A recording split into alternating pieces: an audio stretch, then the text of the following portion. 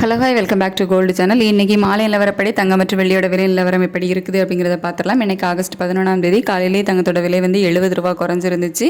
So வெள்ளியோட விலை எந்த ஒரு மாற்றமும் இல்லாமல் 127 ரூபாய்க்கு வந்து விற்பனை ஆகிட்டு வருது.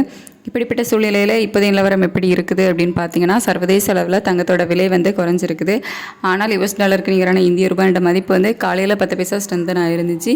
இப்போ வந்துட்டு 15 பைசா கிட்ட நமக்கு வந்து வீக் ஆகிருக்குது. காலையில் 87.55 பைசா அந்த ரேஞ்சில் வந்து இருந்துச்சு. இப்போ பார்த்திங்க அப்படின்னா 87.69 பைசா அப்படி இருக்குது. ஸோ சர்வதேச அளவில் தங்கத்தோட விலை குறைஞ்சாலும் நம்ம இந்திய ரூபாயோட மதிப்பு வந்துட்டு நமக்கு சப்போர்ட்டாக இல்லை. US டாலருக்கு நிகரான இந்திய ரூபாயோட மதிப்பு வந்து வீழ்ச்சி அடைஞ்சிருக்க காரணத்தினால பெருமளவு தங்கத்தோட விலை வந்து குறையாது. ஆனால் கொஞ்சம் ஒரு சிறிதளவு குறைவதற்கான வாய்ப்புகள் வந்து இருக்குது இப்போதைய நிலவரப்படி.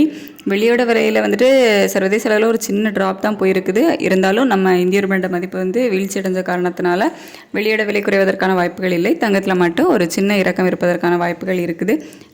ஈவினிங் வந்து எந்த சேஞ்சும் இருக்காது ரேட்டில். நாளைக்கு காலையில் தான் ரேட்டு வந்து மாற்றுவாங்க. ஸோ அதுக்குள்ளே நமக்கு இடைப்பட்ட நேரம் நிறைய இருக்குது. அப்போது நிலைமை வந்து எப்படி வேணாலும் மாறலாம். ஸோ நைட்டு நிலவரம் எப்படி இருக்குது அப்படிங்கிறத பொறுத்து தான், காலையிலையும் எந்த மாதிரி இருக்குது அப்படிங்கிறத பொறுத்து தான் நாளைக்கு நமக்கு ரேட்டு வந்து ஃபிக்ஸ் ஆகும். ஸோ இடைப்பட்ட நேரம் நிறைய இருக்குது, நம்ம வெயிட் பண்ணி பார்க்கலாம். தேங்க்யூ.